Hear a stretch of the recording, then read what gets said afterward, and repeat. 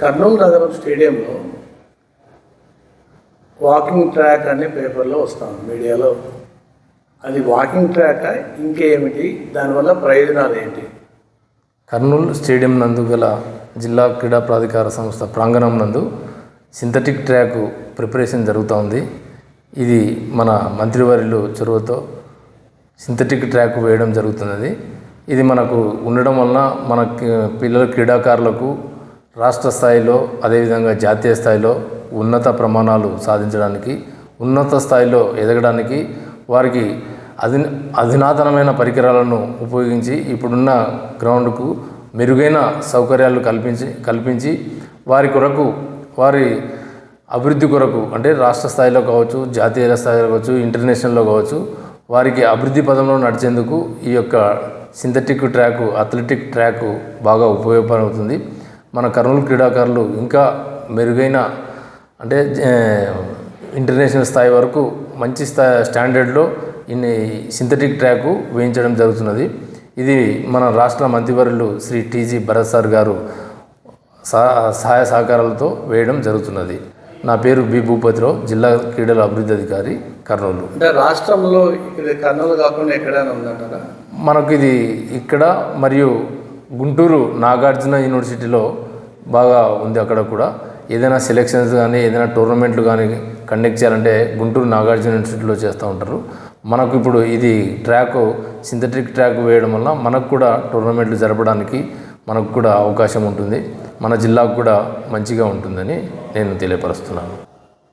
ప్రభుత్వం పరంగా నిధులు ఎలా ఉంది సార్?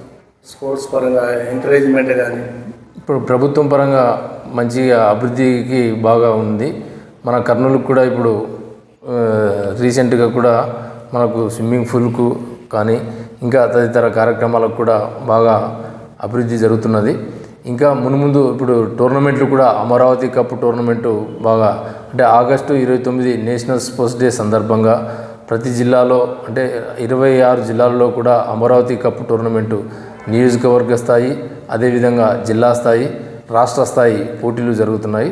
ఈ అమరావతి కప్కి అందరూ 2 కేటగిరీలో జరుగుతాయి. Under 17 boys and girls, under 23 boys and girls అందరూ కూడా బాగా రిజిస్ట్రేషన్ చేసుకుని ఈ కార్యక్రమంలో అమరావతి కప్ టోర్నమెంట్లో పాల్గొనాలని చెప్పి కోరడమేనది.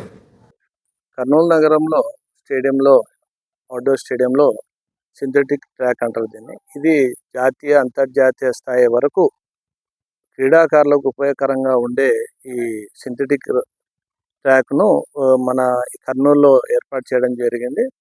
అదేవిధంగా క్రీడాకారులకు అనుగుణంగా భవిష్యత్తులో అన్ని స్థాయిల్లో వెళ్ళడానికి ఏర్పాటు చేస్తున్నారు. దీన్ని క్రీడాకారులకు చాలా ఉపయోగకరంగా ఉంటుంది.